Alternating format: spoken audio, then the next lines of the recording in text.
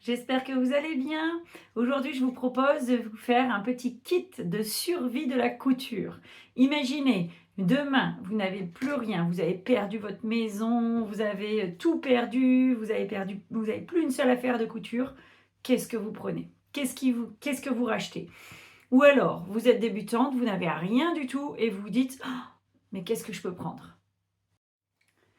Et voilà, c'est la question à laquelle on va répondre aujourd'hui.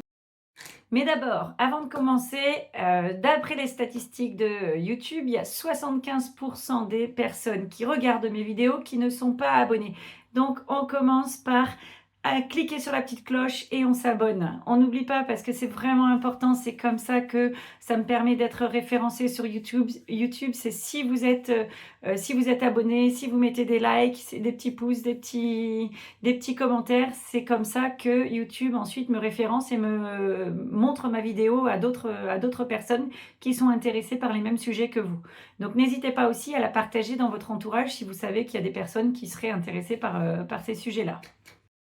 Alors d'abord, pour commencer la couture, il faut une machine à coudre. Alors bien sûr, vous pourrez me dire, on peut aussi coudre à la main. Oui, pas de problème. Mais là, je suis plus pour parler de quand on coud avec une machine. Donc il faut une machine à coudre. Pour ça, je vous rappelle que j'ai déjà fait une vidéo, je vous la mets en lien là-haut. J'ai fait une vidéo sur comment choisir sa machine à coudre. Donc vous pouvez, n'hésitez pas à aller la voir, ça vous donnera des petites idées sur ce qui est important de regarder. Ensuite, le deuxième point important, c'est les épingles. Alors les épingles, il en faut de plusieurs sortes. Alors là, ce sont des épingles qui sont assez fines. Je ne sais pas si on verra bien, si la netteté se fait bien. Elles sont assez fines parce que celles-ci, je les utilise pour que dans mes tissus très fins, elles ne viennent pas... par exemple, si j'utilise une viscose, les viscoses qui sont imprimées, elles ont donc un côté tout blanc et l'autre côté au-dessus qui est imprimé. Si vous mettez une épingle, pardon, ça c'est pas une aiguille. Une aiguille, elle a un chat. L'épingle, elle a une tête, elle a ce que vous voulez, mais elle n'a pas de chat. Donc ça, c'est une épingle. Si vous mettez une épingle qui est épaisse, vous allez ruiner votre tissu. Ça va faire un trait, un fil qui va ressortir et qui va être tout blanc, hein, comme quand un tricot se détricote. Vous voyez, vous avez une maille qui file comme ça, bah, ça fait exactement la même chose. Même sur les tissus chaîne et trame. Donc vraiment, les épingles, elles doivent être adaptées à vos tissus. Donc des épingles fines pour les tissus qui sont plus fins. Moi, j'utilise beaucoup ça s'appelle un savon aimanté. J'utilise beaucoup de savons aimantés, j'en ai plusieurs parce que j'ai un savon par type d'épingle. Donc là, j'ai mes épingles qui sont fines. J'en ai d'autres avec des épingles un peu plus épaisses. Et je voulais vous montrer aussi d'autres épingles. Elles s'étaient cachées un peu au fond. Des épingles à tête aussi. Donc des fines, des épaisses et des épingles à tête. Les épingles à tête, elles servent, mais pas forcément dans les mêmes situations. Les épingles à tête, moi, je m'en sers... déjà, elles sont épaisses, donc je les utilise que sur des tissus épais. Et je les utilise sur des tissus où mes petites épingles, je risque de les perdre, de ne plus les voir. Donc quand c'est comme ça, par exemple les tissus un peu avec de la moumoute, avec qui sont... je cherche comment on dit en français, les fluffy, disons les Anglais, qui ont du volume en fait. Quand ce sont des tissus qui ont du volume, je trouve pas le mot, mais je vous le mettrai en bas. Quand ce sont des tissus qui ont du volume, on met ça comme ça, on les retrouve en fait, on les revoit. Sinon on les trouve plus. Et je rappelle qu'on ne coud jamais sur ces épingles. On les enlève avant de coudre. Comme ça, on est sûr, on n'abîme ni sa machine, ni ses tissus, ni ses épingles. On n'abîme rien. Donc, on les enlève tout le temps avant de passer sous la machine. En fait, on les enlève au fur et à mesure. Donc, moi, d'ailleurs, la petite astuce made by Carole, c'est que le petit savon d'épingle, je le mets ici sur ma machine. Comme ça, quand je couds, j'enlève mes épingles et je viens les jeter directement ici dedans. Et comme ça, j'ai pas besoin de réfléchir à où je dois les mettre exactement, puisque comme c'est aimanté, elles viennent se coller tout de suite dessus. Donc ça me permet d'aller très vite, de gagner en temps, parce que je passe pas 10 minutes à chercher où est ma boîte. Après les épingles, on passe aussi aux aiguilles. Les aiguilles pour coudre à la main. Alors moi, c'est pareil, je les mets dans une petite boîte qui est aimantée aussi, avec un enfile aiguille. Je ne sais pas si vous connaissez l'enfil aiguille. Alors ça, pour le coup, je l'ai eu, j'ai des tas de kits de couture à la main, des petits kits qu'on nous donne gratuitement à droite à gauche. Je ne sais pas pourquoi, mais j'en ai des tas chez moi et j'en ai jamais acheté et pourtant j'en ai plein. Et donc toujours dans ces petits kits, il y a l'enfil aiguille. Alors je pense qu'on doit pouvoir l'acheter séparément, mais j'ai jamais eu besoin d'en acheter parce que du coup j'en ai tellement chez moi. Donc ça, c'est un passe-fil. Donc je vous montre comment ça fonctionne. Vous passez le passe-fil dans le chat de l'aiguille. Alors je vous le montre comme ça, vous verrez peut-être mieux. Hop. Là, le passe-fil, et vous voyez, il a une petite tige avec un trou, une petite boucle métallique. Donc on vient passer la petite boucle dans le chat de l'aiguille. Voilà, c'est passé dans le chat. Une fois qu'on a passé la boucle, on vient passer notre fil. Alors j'ai que deux mains, donc j'arrive pas à tenir le papier en même temps. Je passe le fil, hop, dans le...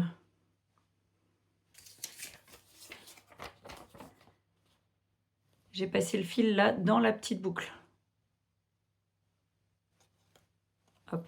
Et une fois que ça c'est fait, je tire. Et hop, j'ai enfilé mon aiguille. Donc même quand le chat de l'aiguille est très très petit, ça fonctionne très très bien en fait. Même si vous êtes comme moi et que vous commencez à vieillir et ne plus voir bien comme il faut de près, ça pose pas de problème. On y arrive bien. Et donc du coup, moi je les range dans une petite boîte qui est aimantée. Parce que je les utilise de façon régulière et souvent je les utilise quand je m'en vais. En fait, je fais beaucoup ce genre de choses quand je suis sur la route ou ouais, voilà, c'est mon mari qui conduit et moi je couds pendant ce temps-là ou je fais autre chose en général. Et donc du coup, voilà, je l'ai dans une petite boîte aimantée qui est bien bien pratique. Après, peu importe, mais il faut quelques aiguilles à la main. Des aiguilles à la main avec différents chats. Souvent, vous trouvez souvent des petits kits avec une dizaine d'aiguilles. Alors ça, pour le coup, vous pouvez les acheter même pas cher. En général, elles vont assez bien. Maintenant, c'est sûr que si vous mettez le prix, vous aurez des aiguilles quand même qui vont mieux piquer, qui iront beaucoup mieux. Mais je trouve que c'est pour le coup, je suis tout le temps à dire il vaut mieux acheter de la qualité, etc. C'est peut-être la seule chose sur laquelle je vous dirais, bon, là-dessus, c'est moins grave. Ensuite, il vous faut un bon mètre. Qu'est-ce que j'appelle un bon mètre? Un bon mètre, déjà, la petite pièce métallique, là, elle est droite. Elle n'est pas de biais, elle est bien mise droite. Ensuite, les chiffres, pour moi, les graduations, les chiffres sont bien mis au niveau des lignes. Pas au milieu, parce que sinon, on ne sait jamais si ça correspond à la ligne du dessus ou la ligne du dessous. C'est toujours la galère. On passe toujours du temps à vérifier. Résultat, une fois sur deux, on se trompe. Donc, pour moi, c'est important qu'il soit bien gradué. Et pas gradué des deux côtés avec le 0 d'un sens et en général, c'est combien? 150 ouais, pas tout à fait. Et le 150 de l'autre côté. Parce que, pour le coup, vous faites le tour. Alors, je vais le montrer sur mon poignet, mais on imagine que c'est le tour, par exemple, le tour de la poitrine. Vous faites le tour et vous vrillez entre deux. Hop, et on fait une vrille entre deux. Et bien là, s'il est gradué dans l'autre sens, vous lisez l'autre mesure. En fait, vous vous trompez de mesure. Au lieu de lire, je ne sais pas moi, une dizaine de centimètres ici, une vingtaine de centimètres, et ben vous lisez 150 centimètres. Alors, en l'occurrence, sur un poignet, on verrait vite l'écart. Sur un tour de poitrine, si on n'a pas l'habitude, on peut se tromper. Autre chose, du coup, je voulais vous montrer, j'en ai un que je n'aime pas, que je n'utilise pas. Il a différents types de graduations, et vous voyez, les graduations, elles sont en plein milieu. Et il en a différentes, etc. Il est gradué des deux côtés. Alors, pour le coup, là, la graduation des deux côtés, elle est dans le même sens. Donc, il y a moins de risque de se tromper. Mais personnellement, le fait que la graduation, elle soit au milieu, le fait qu'il y ait d'autres graduations sur le côté, je trouve que ça induit en erreur, et je ne trouve pas ça top. Après, dans celui-ci, ce qui est top aussi, alors là, vous ne pourrez plus le trouver exactement le même, celui-là, parce que je l'ai eu en cadeau en achetant je ne sais plus quoi, mais un des magazines La Maison Victor. qui n'existe plus. Donc du coup ça vous pourrez pas, mais ça existe, j'en ai déjà vu dans le commerce qu'on pouvait acheter. En fait ça permet de prendre les mesures soi-même. Donc vous prenez votre mesure, hop, je vais la prendre au hasard, et ça permet de venir l'accrocher. Il y a une petite pression, et comme ça vous venez resserrer et lire la mesure que vous avez besoin. Quand vous avez trouvé la mesure qu'il faut, vous le détachez et vous pouvez lire facilement la mesure, elle est au niveau du trait rouge. Donc ça, c'est vraiment, vraiment pratique pour pouvoir prendre ces mesures soi-même. Alors, je ne dis pas que pour autant, prendre ces mesures soi-même, ce soit top. Mais ça permet de vérifier. Quand vous avez les mesures, etc., et que vous avez un petit doute sur quelque chose, hop, on reprend rapidement. Mais je trouve que quand même, c'est mieux de prendre les mesures, de se faire prendre les mesures que de prendre les mesures soi-même. D'ailleurs, est-ce que vous savez comment on prend ces mesures?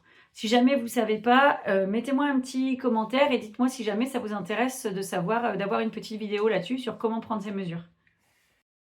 Ensuite, toujours dans mes indispensables, ce sont plutôt les pinces, les petites pinces clip. Alors, je ne sais plus comment elles s'appellent, elles ont un nom, mais je l'ai oublié là.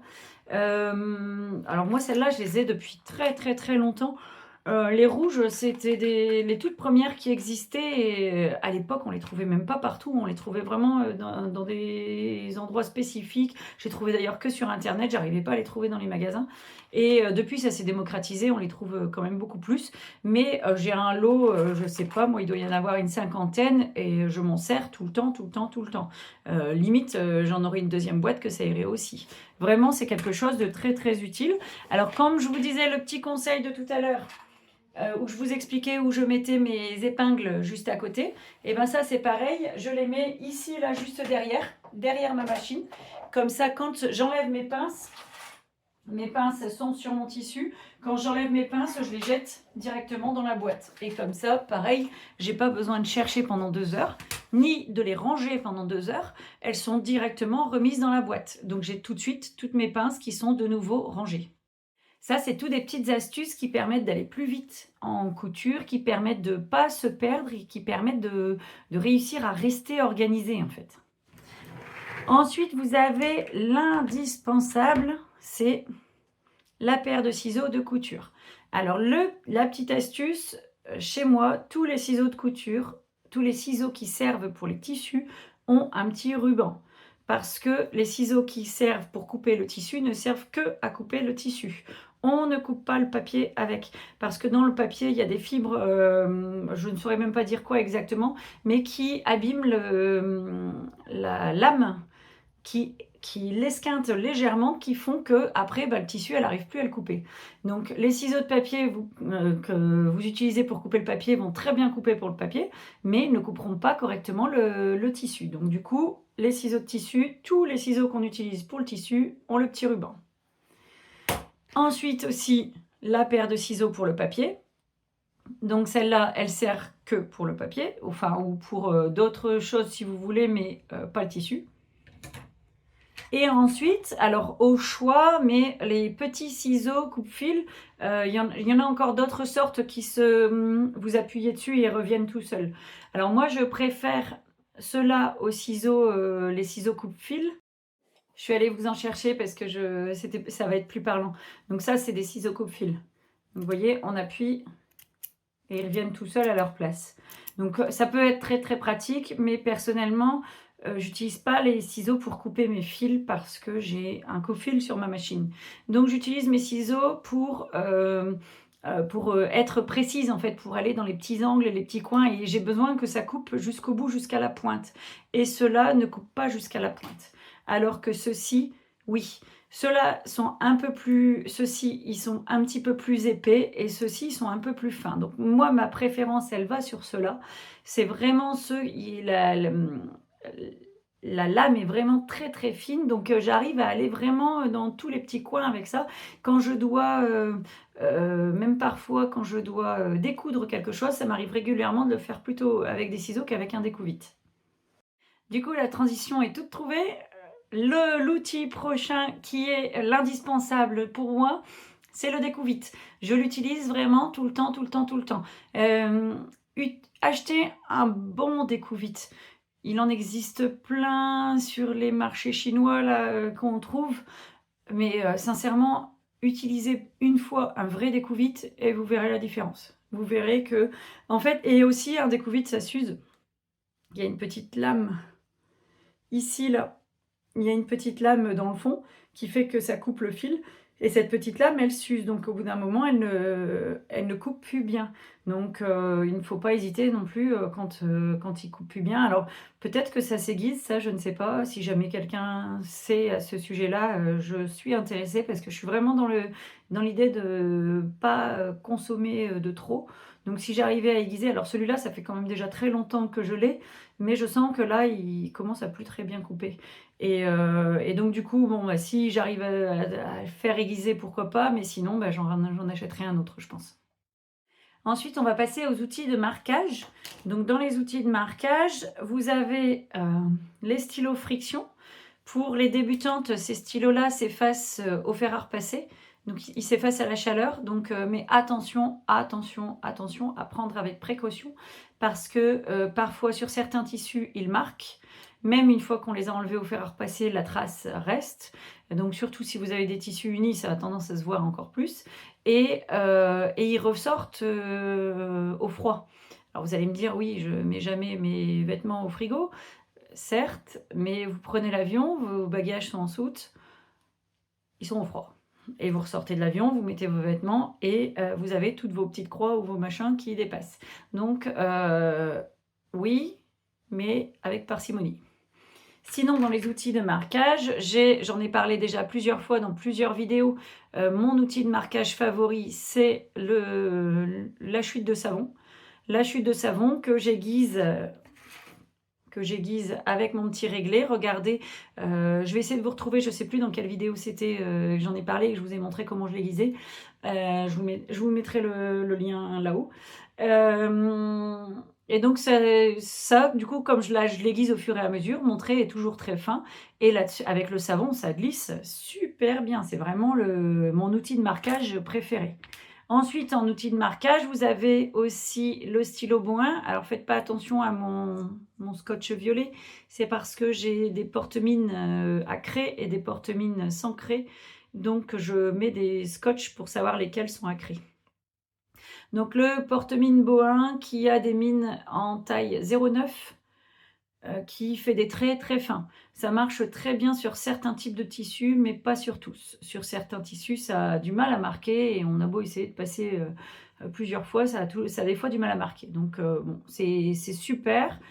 C'est super parce que c'est aussi très fin, mais ça dépend, ça ne fonctionne pas tout le temps. La craie aussi, la craie qui est rechargeable. Là, ici, vous pouvez re-remplir avec de la craie. Et ici, vous avez une petite roulette. Vous avez une petite roulette et quand vous tracez, vous faites le trait comme ça au fur et à mesure. La roulette tourne et elle déverse un petit peu de craie au fur et à mesure. Donc voilà pour les outils de marquage. Ensuite, pour les règles pour tracer. Donc là, ma règle favorite, c'est la règle japonaise. Celle-là, on me la casse, mais je rachète exactement la même. Alors, des règles japonaises, il en existe plein de sortes différentes. J'en ai déjà d'ailleurs plusieurs sortes à la maison, mais c'est celle-là que j'utilise tout le temps. C'est celle que je préfère. Et pourquoi? Parce que les lignes, donc elles sont tous les centimètres et il y a une petite ligne au demi-centimètre. Celle qui est au centimètre, elle est plus épaisse. Celle qui est dans ce sens-là est plus épaisse aussi. Au demi-centimètre, on a à chaque fois une, mais qui est plus fine. Au milieu, on en a une et elle est en pointillé. Il y a des points de repère de façon régulière. Et on a aussi, je ne sais pas si on le voit ici, un angle droit. Enfin, du coup, l'angle à 45 degrés, là. Là et là. Je vais peut-être reprendre mon petit papier. Ouais, on voit mieux avec mon petit papier. Donc, vous avez de nouveau l'angle à 45 degrés. Et donc, du coup, voilà, je l'aime beaucoup, cette règle, pour ça. Elle a aussi le repère en vert, là, c'est le 1,5 cm. Donc, c'est plus une marge de couture qu'on utilise en tailleur. Mais dans la couture classique, elle peut servir aussi. Et de toute façon, si je dois faire 1 cm, bah, je la prends dans l'autre sens. et je viens regarder mon 1 centimètre. Mais elle a aussi le petit point de plus aussi ici. On a les millimètres ici entre deux, donc ça permet de faire des grandes lignes à quelques millimètres et pas forcément à 1 centimètre ou à 0,5. Donc ça, je trouve vraiment, ça c'est pour moi, c'est le must, c'est l'indispensable, celle sans laquelle je ne saurais pas coudre. Et ensuite, le petit réglé. Donc là, le petit réglé, pareil, je vous en parle dans plusieurs vidéos. Moi, mon petit réglé, il est dans ma petite boîte à côté et je l'ai toujours à portée de main. Donc je le prends, hop, je mesure, je vérifie. Ça me permet de mesurer si mes coutures, parce que quand vous devez coudre, par exemple, vous cousez vos coutures à 1 cm, ça me permet de vérifier que mes coutures, elles soient bien à 1 cm. Ça me permet de vérifier que mon aiguille est bien à 1 cm du bord de mon pied ou que mon repère est à la bonne distance. Imaginons que je dois coudre à 2 cm et demi, et ben je vérifie, je prends mon repère et je me mets un repère à un endroit sur la plaque en me disant là c'est à 2 cm et demi. Donc celui-là, il me sert tout le temps en aller-retour quand je suis en train de coudre. Donc c'est pareil, l'indispensable. Celui-là, je le perds, je le rachète aussi vite. Dans les autres indispensables, c'est le fil de couture. Alors moi, j'achète la marque Gutermann.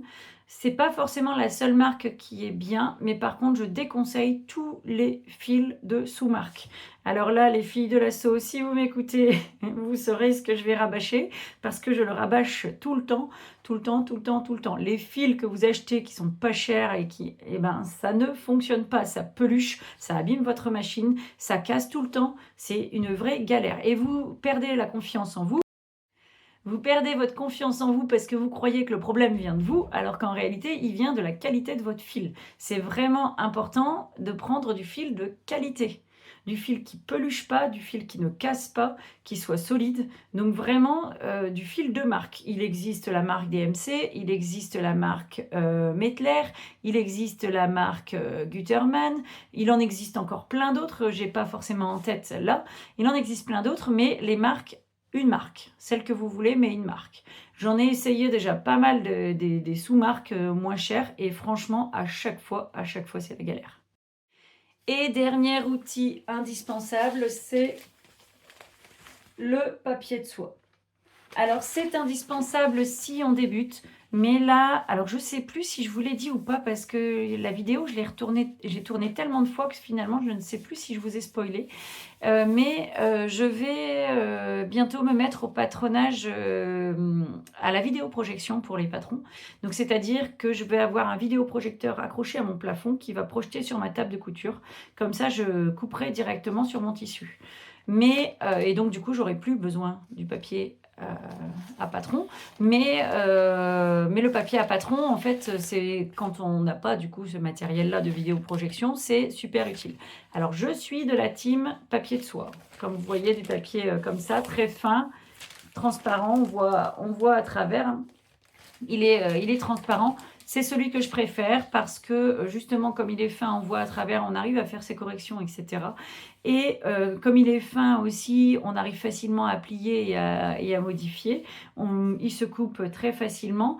Et aussi, et on ne voit pas trop à travers. Je m'explique. J'ai essayé pendant un moment, c'était compliqué. Je trouvais que le papier à patron avait vraiment augmenté en tarif. Et du coup, je trouvais que c'était compliqué d'acheter du papier à patron. Donc, je m'étais dit, bah, pourquoi pas utiliser autre chose. Et il y avait plein de tutos à ce moment-là qui passaient sur les réseaux sociaux disant qu'il fallait utiliser des sacs à gravats d'un certain magasin qui étaient du coup transparents. On ouvre le sac et on utilise. Ou alors de la bâche de peintre. Donc j'ai voulu essayer, je me suis dit bah oui, pourquoi pas, on essaie. Personnellement, je ne suis pas du tout de cette team-là parce que justement le papier, déjà c'est du plastique, donc déjà on le repasse pas. Une fois qu'il est plié, c'est mort. Et alors que là, le papier, si mon papier est chiffonné, moi je le repasse. Je le repasse et il finit nickel, bien plat, bien lisse, etc. Alors que donc le plastique, on le repasse pas. Même s'il a été chiffonné, eh ben, tant pis, il reste chiffonné. Et je trouve que quand on met un papier chiffonné sur le tissu, ben, forcément ce qu'on va découper, ça ne sera pas précis, hein. Si ça froisse de partout, ça ne peut pas être précis. Tout comme, on est obligé de repasser son tissu, le patron, le papier, s'il est pas nickel, lisse, ça ne peut pas fonctionner. Et donc j'avais essayé et le fait aussi que ce soit transparent, ça m'embêtait sur les tissus foncés. Je n'arrivais pas à voir mes marques, mes crans et cetera. Je n'arrivais pas à voir, ce qu'il fallait que je vois et le droit fil, par exemple, je le voyais plus, j'arrivais plus rien à voir. Si, vous avez écrit sur votre patron en rouge et que vous le mettez sur un tissu rouge, vous voyez rien. Donc déjà, c'était compliqué parce que tous les crayons n'écrivaient pas sur ces patrons-là et ensuite après, quand je le posais sur le tissu, une fois sur deux, je voyais pas ce que je devais voir. Donc je trouve que ça me convenait pas du tout, du tout. Je n'utilise plus du tout cette méthode-là. Je les ai d'ailleurs donné les sacs que j'avais à d'autres personnes qui elles, utilisent cette méthode-là. Mais moi, je suis vraiment de la team papier. Il faut pas que ce soit totalement transparent. Donc voilà, là, je vous ai balayé les vraiment indispensables. Maintenant, je vais vous donner aussi mes indispensables à moi, quelque part, on va dire ceux qui sont pas, on arrive à coudre sans, mais sincèrement, qu'est-ce qu'ils changent la vie si on les a? C'est vraiment les outils qui vont permettre d'avoir des finitions qui sont bien plus précises, bien plus belles, ou qui vont permettre d'aller plus vite, ouais, ou qui permettront de mieux réussir en fait et de gagner en temps, tout simplement. Donc je vais pas forcément les faire dans l'ordre, mais dans l'ordre de mes préférences. Je vais les faire, dans l'ordre dans lequel je les ai posés là, c'est-à-dire, un peu au hasard et mais je vous expliquerai un petit peu comment je les utilise. Donc d'abord, en premier, les coussins de repassage. Les coussins de repassage, quand on doit repasser par exemple ici, une emmanchure, où vous avez ici un côté plat et ici un côté bombé, et ben vous n'arrivez jamais à le repasser à plat sur la table à repasser. Donc là, on met ça, alors pour le coup dans une manche, on va plutôt mettre celui-là. On va mettre ici la manche dessus et on repasse sur le coussin. Donc ça, c'est vraiment, vraiment, j'en ai même plusieurs, là je vous en montre deux, mais j'en ai d'autres, j'en ai un que j'ai fait moi-même aussi. Et ça, c'est vraiment pour moi les indispensables en repassage. Vraiment, je les utilise très très très souvent, ça me permet de vraiment bien aplatir mes coutures, notamment dès que vous avez un peu de volume. Dès que vous avez du volume, vous n'arrivez plus à repasser correctement, ou alors ça fait un pli quand vous mettez votre fer à repasser, le tissu sur le côté il fait un pli et du coup vous froissez ce qu'il y a à côté et c'est la galère et du coup ça vous énerve. Alors je sais pas vous, mais moi je suis pas de la team repassage, je déteste ça. Donc du coup quand je peux me faciliter la vie en repassage, et vous verrez qu'en plus quand on fait ce genre de choses, ça devient un plaisir de repasser. Presque. Tant qu'on est dans le repassage, je vous les ai déjà présentés dans une vidéo, je vous mettrai le lien là-haut, je ne sais plus laquelle c'était, mais je vous mettrai le lien là. Je vous présente les règles de repassage. Elles permettent de repasser en gardant une distance. Donc soit vous utilisez à la grande si vous avez des grandes longueurs en fait à repasser et vous pouvez faire d'un seul coup. Donc soit par exemple le pré-rempli à 1 cm et soit vous utilisez la petite, soit dans ce sens-là, si vraiment vous avez des petits. Donc, et pareil, par exemple, rempli à 1, à 2, à 3, à autant que vous voulez, en fait, vous pouvez faire vos remplis. Et c'est vraiment, ça m'a vraiment aidé à gagner en précision. Parce qu'avant, je repassais, mais alors j'utilisais les petits, je crois que ça s'appelle un sonomètre, les petits réglés là, qui ont des petites marges de couture un peu partout, mais personnellement, je ne trouve pas ça très pratique pour faire des grandes longueurs. Je trouve qu'on fait des petits bouts par-ci par-là, mais que du coup, entre deux, on n'est pas forcément bien précis. Avec ça, avec ces règles-là, je trouve qu'on est vraiment précis partout. On peut repasser dessus. Donc du coup, c'est vraiment, moi je trouve ça idéal. Donc je vous mettrai le lien là-haut de la vidéo en question.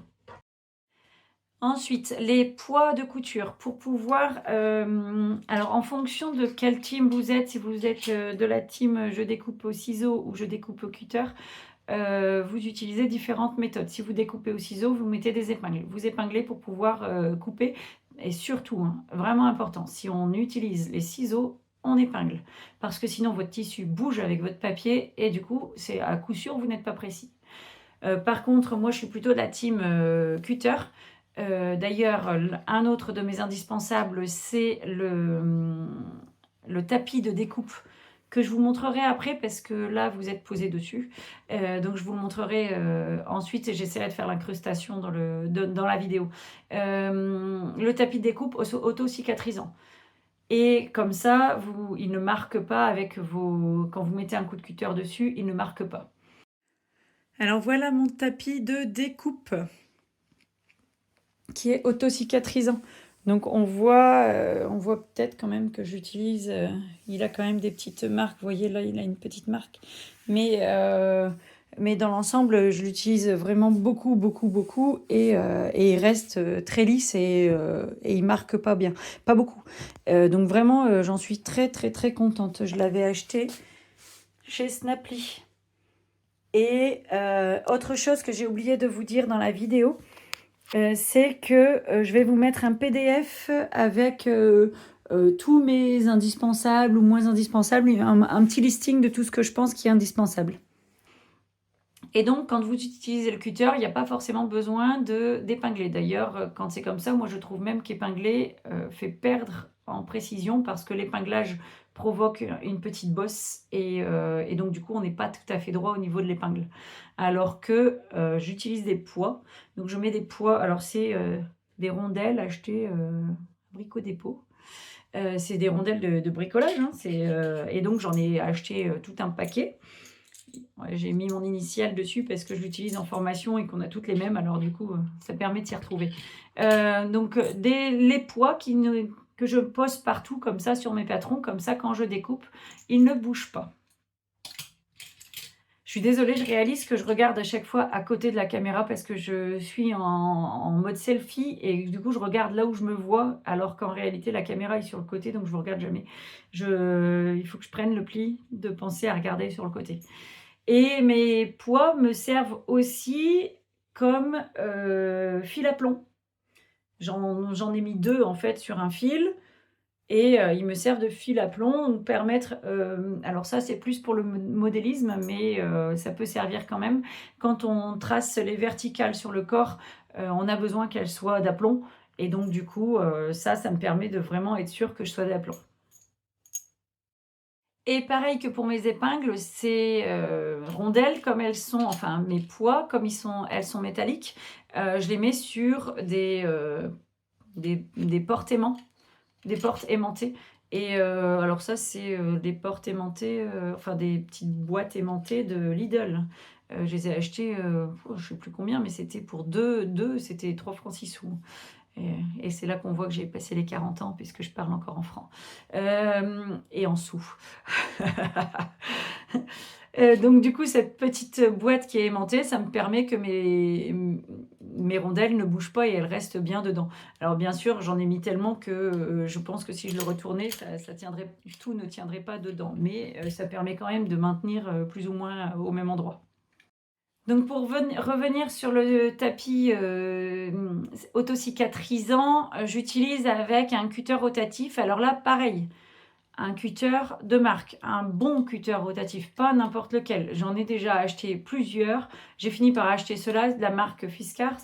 On voit que je les utilise souvent parce que vous voyez comment je les abîme à force de les utiliser. Pareil que pour mes ciseaux, le cutter rotatif qui est pour le tissu a ce petit ruban. Comme ça, je sais que celui-là, c'est pour le tissu.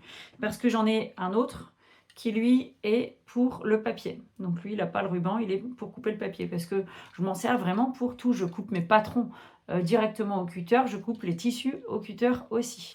J'aimerais bien utiliser un plus petit cutter rotatif pour faire les tout petits angles parce que c'est plus compliqué les petits angles. Alors en général, je les fais au ciseau parce que j'ai acheté des petits cutters rotatifs. Donc avec la lame là, elle est assez grande, avec une lame toute petite, mais je ne sais pas, il bloque tout le temps, il coince. Alors peut-être que c'était pas la bonne marque, je ne sais pas, mais en tout cas, il ne fonctionnait pas. Donc si vous en avez qui fonctionnent bien, je veux bien vos exemples de cutters rotatifs, vos modèles qui fonctionnent bien. Mais en tout cas, ça, pareil, hein, moi, c'est mon indispensable. Au niveau sécurité, c'est pas mal parce qu'on sort la lame en appuyant ici. Donc là, la lame est sortie. Et on rentre la lame en appuyant là.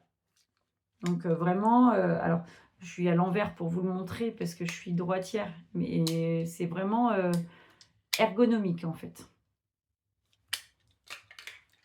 Dans mes autres indispensables, là je vous en parle aussi régulièrement dans les vidéos, donc je vous le mettrai en haut sur à laquelle je fais référence.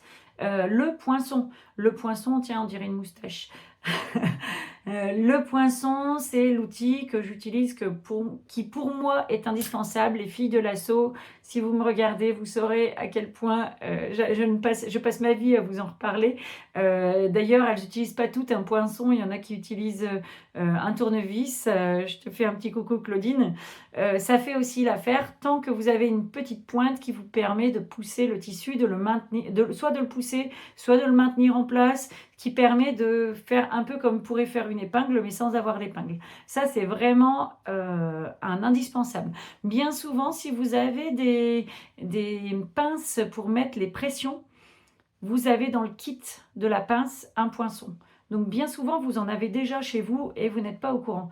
Il y en a plein des filles de l'assaut qui se sont rendues compte qu'en fait, elles en avaient déjà et qu'elles ne le savaient pas parce qu'elles ne l'utilisaient pas de cette façon-là, en fait. Désolée, j'ai dû faire un petit peu de place dans ma vidéo, dans mon téléphone, j'avais plus de place et du coup, j'ai perdu un peu le fil de ce que je devais vous dire. Mais dans la suite de ce que j'utilise correctement, souvent, pas correctement, n'importe quoi, que j'utilise très souvent, un retourne-angle. Ça permet, quand vous retournez, de bien remettre l'angle pour que l'angle se mette bien, soit à l'équerre si ça l'est, ou en pointe, ou etc. D'aller bien dans le fond sans pour autant passer à travers, parce que vous voyez, il n'est pas pointu. Il est quand même un petit peu arrondi, ce qui permet de ne pas passer à travers le tissu. Ça n'empêche qu'il faut quand même faire attention. Et parfois, j'utilise l'autre côté qui est plus arrondi en fonction de l'angle que c'est, en fonction de ce que je dois retourner. Ça, c'est vraiment aussi dans les outils que j'utilise vraiment très, très, très souvent. Ensuite, il y a aussi la belle-mère. Et oui, ça s'appelle comme ça. Ma belle-mère est toujours avec moi dans ma pièce de couture. Marie-Lise, je vous fais un petit coucou. Ici, donc la belle-mère, elle a deux côtés. Elle a un côté épais et un côté un peu plus fin. Alors là, ça, c'est une belle-mère qui est achetée toute faite. Mais vous pouvez en faire vous-même avec un bout de tissu que vous repliez sur lui-même et qui, du coup, fait cette épaisseur-là. Ça fonctionne aussi très bien. Mais je préfère quand même ce système-là, aussi parce qu'il y a le trou dedans. Donc comme ça me permet de le mettre sous le pied et ça permet de lever le pied. Parce que bien souvent, quand l'épaisseur ne passe pas, c'est parce que le pied se met comme ça. Et donc, vous essayez de passer votre tissu, et là, votre tissu, vous avez plein d'épaisseur ici, et là, votre pied, il ne veut pas passer parce que il veut pas passer l'épaisseur parce qu'il est comme ça. Donc, cette belle-mère, on la met derrière le pied, ça permet de le faire relever, de le faire redresser, et comme ça, le pied, comme il est droit, en fait, l'épaisseur passe. L'avantage de celui-là par rapport à l'autre, par rapport à une belle-mère qu'on fait soi-même avec un bout de tissu, c'est que avec ce trou-là, en fait, ça permet de le laisser plus longtemps parce que l'aiguille vient passer au milieu dans le trou.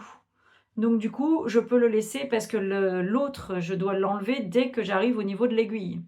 Alors que celui-là, je peux le laisser vraiment beaucoup plus longtemps jusqu'au bout. Donc je le mets sur le côté fin ou épais en fonction de l'épaisseur de mon tissu qui doit passer. Ensuite, dans les outils qui peuvent vraiment permettre d'aller plus loin aussi, je vous en ai déjà parlé aussi dans plusieurs vidéos, je vous mettrai le lien là aussi, c'est le remailleur. Donc le remailleur,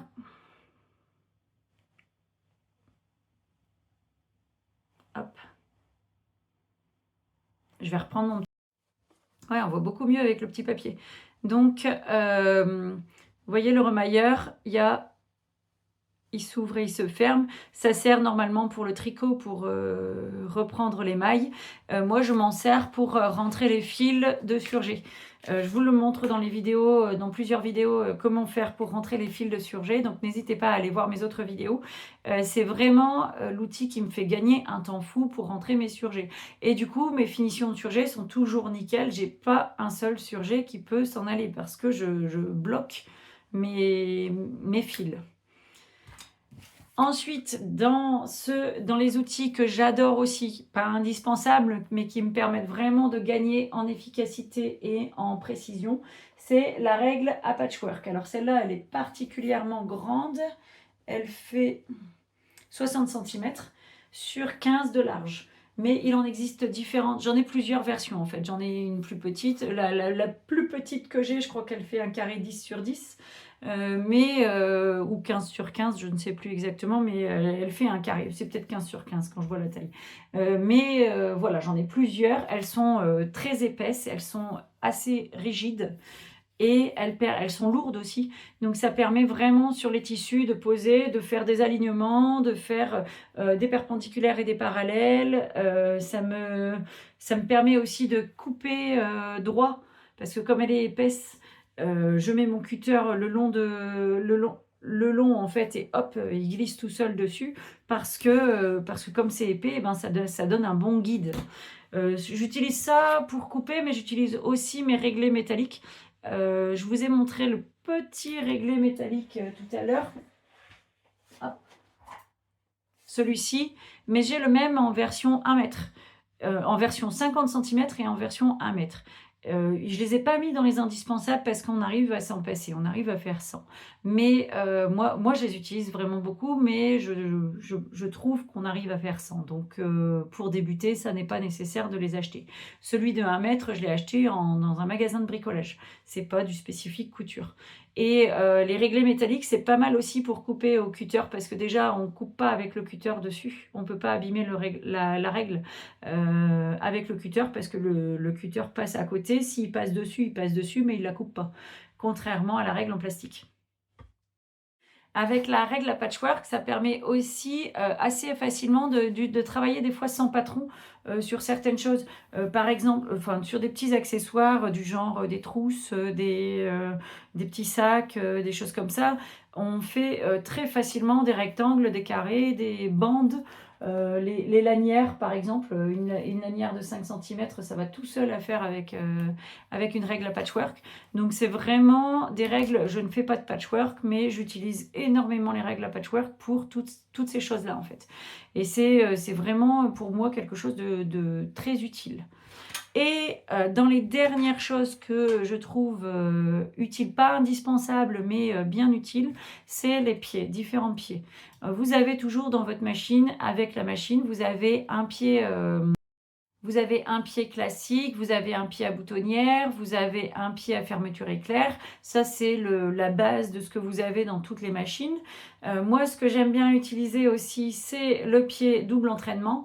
Donc, il a des petites griffes ici, là, qui permettent d'avoir des griffes du coup sur le pied. Donc ça vient se glisser au niveau de l'aiguille, et du coup quand l'aiguille monte et descend, les griffes viennent et elles entraînent le tissu avec elles. Donc c'est vraiment, quand vous avez des tissus épais qui ont des fois du mal à passer, le pied double entraînement, c'est vraiment, vraiment utile. Ça fonctionne vraiment bien. Ensuite, le pied téflon. Le pied téflon, lui, il est très utile pour les tissus qui collent. Donc, les tissus qui collent, les tissus par exemple enduits, les tissus simili, les tissus en cuir, le vinyle, si vous cousez avec des nappes, de la toile cirée, ce genre de choses-là, ça, le pied téflon, c'est génial. Alors, je ne dis pas que ça va tout résoudre, j'ai plein d'astuces pour que ça fonctionne quand c'est des tissus comme ça, et que même avec le pied téflon, ça galère, mais ça aide quand même vraiment beaucoup. Et un autre pied que je trouve dans mes indispensables à moi, mais qui, en fonction de ce que vous faites, ne seront pas forcément indispensables pour vous, c'est le pied à fermeture invisible. Alors, je ne sais pas si on voit bien. Voilà. Ici, là, vous voyez, il a deux petits... hop, on voit mieux comme ça. Il a deux petites encoches pour pouvoir passer les dents de la fermeture invisible. Parce que la fermeture invisible, les dents sont recroquevillées vers l'intérieur. Et donc, du coup, quand vous le cousez, il faut venir les dérouler et venir coudre pile au niveau du petit rouleau, en fait, de dents. Donc, pas dans les dents, mais juste collé aux dents. et c'est pas forcément évident, mais donc du coup avec un pied comme ça, vous venez dérouler, les dents et vous venez les glisser dans la petite glissière ici et du coup elles se renroulent pas puisqu'elles restent coincées dans la petite glissière et ça permet vraiment d'être précis et de gagner de réussir à faire une fermeture invisible qui soit vraiment invisible. Donc alors ça demande quand même un petit coup de main, hein. On ne l'acquiert pas comme ça du premier coup, hein. Mes premières fermetures invisibles, même avec le bon pied, elles étaient visibles. Mais je trouve que ça aide quand même beaucoup. Alors voilà, là on en a fini avec les indispensables et les utiles mais moins indispensables. Et maintenant je vais passer à la catégorie des surtout ne les achetez pas. Parce que c'est de la perte d'argent. Ça ne servira à rien. Donc, je vous disais tout à l'heure, un cutter de qualité. J'avais déjà acheté ce genre de cutter là. Et bah, d'ailleurs, vous voyez, j'ai même pas besoin de faire quoi que ce soit. Ça tient pas le truc. En fait, il tombe tout le temps, il est au niveau sécurité déjà, c'est pas top, il s'enlève tout le temps. Quand vous voulez l'utiliser comme ça, là, le faire fonctionner, ça galère, il roule pas bien, il coupe pas bien le tissu. J'avais essayé, alors là, ma lame, ça se voit qu'elle est vieille, mais j'avais essayé de changer la lame, de mettre une lame neuve, etc. C'est exactement la même chose. Pour moi, ça, c'est de la perte d'argent. Ça ne sert à rien parce que au final, vous allez être dégoûté parce que votre tissu ne sera pas coupé de façon précise, ça ne fonctionnera pas. Donc j'avais pareil, le même en plus petit, avec une plus petite lame, parce que je vous disais, je cherchais un cutter avec une lame plus petite et ils ne le font pas chez Fiskars. Donc du coup, j'avais cherché dans une autre marque, là je ne sais pas quelle marque c'est, Olfa de chez Prime, et pareil, je ne l'aime pas. Il ne fonctionne pas bien pour moi, il ne roule pas bien, enfin, ça n'a rien à voir avec le Fiskars, il coince. Et alors le pire de tous, c'est celui-là, le Clover. Alors, je ne vais pas leur faire de la pub, mais tant pis, parce qu'en règle générale, j'aime bien Clover. Donc, c'est dommage que je leur fasse pas de pub là. Mais sur celui-là, ça coince tout le temps, tout le temps, tout le temps. La lame ne roule pas. Mais d'ailleurs, ça se voit. Regardez, je peux mettre mon doigt dessus. Elle a du mal à rouler, quoi. Et donc, du coup, comment voulez-vous couper si la lame ne tourne pas, quoi? Et c'est une vraie catastrophe. Je n'arrive pas à l'utiliser correctement. Du coup, comme c'est la galère, bah, je l'utilise pas. Alors que je l'avais acheté vraiment parce que cette lame, elle était toute petite et que je m'étais dit génial pour les tout petits angles là, ça va aller super. Et je pense que même dans du papier, ça doit être la galère. Alors que Clover, je suis pas sûre qu'il fasse pour tout ce qui est papier. Enfin, peut-être, je peux me tromper, je fais pas de scrapbooking. Mais pour moi, ils étaient plus spécialisés tissu. Mais là, catastrophe. Donc, cutter rotatif, oui, mais un bon d'une bonne marque. Et donc, du coup, cela à éviter.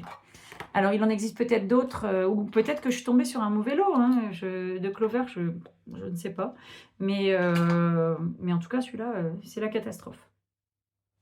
Ensuite, je vous disais les découvites, un découvite de bonne marque. Là, je les avais achetés en lot, j'en avais 5-6 sur une grande plateforme américaine, pour ne pas la citer. Et bon, à mon avis, ça devait arriver de Chine quand même, hein, je pense, parce que la qualité du produit, elle est juste nulle. Elle est juste pourrie, ça ne fonctionne pas, le fil il se coupe pas bien, la partie ici, là, elle est super épaisse, donc quand vous devez passer entre le fil, alors je ne sais pas comment vous utilisez le découvite, mais moi je ne l'utilise pas en me mettant au milieu de la couture et vloup, j'y vais quoi. Parce que ça, c'est la meilleure façon pour faire un trou dans le tissu. Donc ça, moi je l'utilise jamais, jamais, jamais comme ça. Moi je vais prendre les fils et je viens couper les fils en fait comme ça au fur et à mesure. Mais pour prendre juste le fil, vous voyez la taille de la tige là, c'est juste énorme. Ça passe pas, enfin, je ne sais pas comment on fait pour l'utiliser quand les tissus, enfin, moi j'utilise des coutures qui sont bien serrées parce que l'objectif c'est qu'elles tiennent et si elles sont bien serrées, bah, je suis désolée mais j'ai pas l'espace pour passer une grosse tige comme ça. Et en plus le couteau coupe pas bien, donc c'est une vraie galère. Donc ça, à proscrire. Autre chose à proscrire, les crayons craie. Alors là, c'est quelle marque? Je ne sais plus, mais c'est une marque connue. Je la vois plus, en fait, ça fait tellement longtemps que je l'ai qu'elle a disparu. Au début, j'utilisais beaucoup ça, un crayon à craie comme ça. Alors, c'est des grosses craies. Hop. Ce sont de très, très grosses craies. Ça doit bien faire, un demi-centimètre presque, je pense, l'épaisseur de la mine.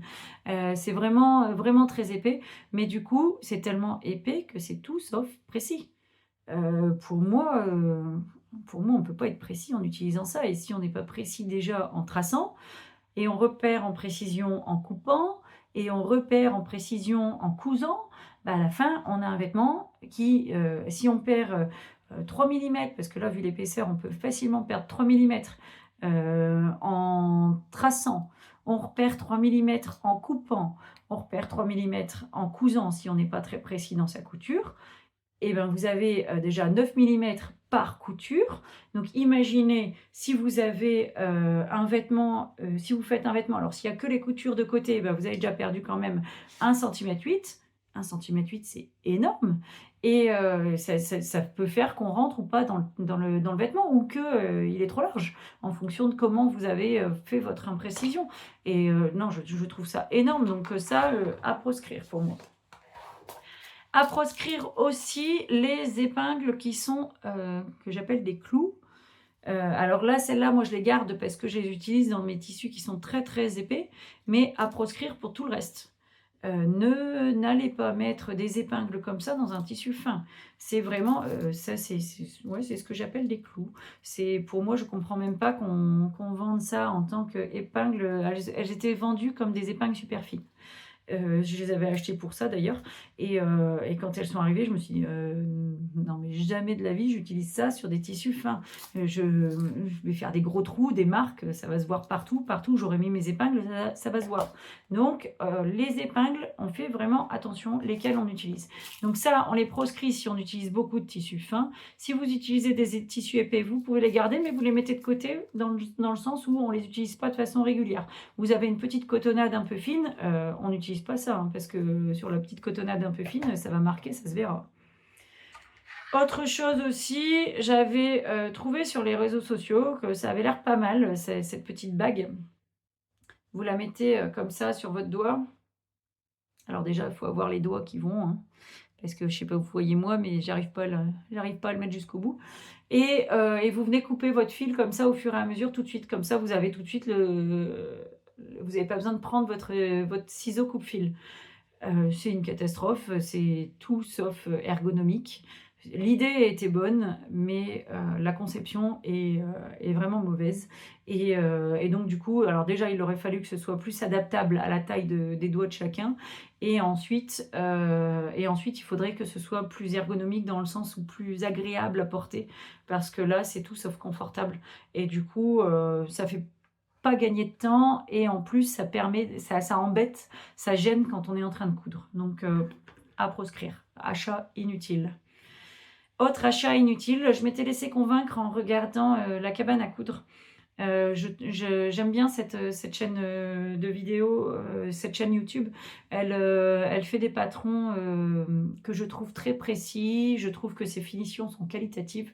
Donc j'aime beaucoup regarder ce qu'elle fait. J'avoue que ces derniers temps, je regarde un peu moins, mais j'ai beaucoup regardé ses vidéos qu'elle faisait au début et elle faisait la promotion de ce genre de petits outils pour faire l'écran dans les patrons. Donc on fait l'écran avec ça directement dans les patrons. En réalité, l'outil, je ne l'ai jamais sous la main. Quand je l'ai, je trouve que le cran est trop épais avec ça. Je préfère faire mes crans, au ciseau et donc du coup, au final, ça je l'utilise jamais. Donc pareil, achat inutile. Et le dernier, mais qui n'est pas dans les achats, mais qui a quand même son utilité, mais pas comme vous le pensez. C'est le fil à mémé. Celui que vous trouvez, dans le grenier de mémé, et que vous vous dites: «Ah super, c'est le fil de ma grand-mère, je suis trop content» ou de mon arrière-grand-mère. «Je suis trop contente parce que, j'ai toujours vu coudre avec ça, donc je vais le récupérer, ça me fera penser à elle quand je vais l'utiliser». Génial, l'idée est top. Sur la forme, c'est top. Sur le fond, non, à proscrire. Ce fil-là, il est vieux, donc il est cassant. En plus, il est pelucheux. C'est tout sauf une bonne idée. Surtout à ne pas mettre dans vos machines. Vous allez abîmer vos machines avec ça. Par contre, je peux comprendre que vous vouliez le garder, et cetera. Et bien, pas de problème, gardez-le.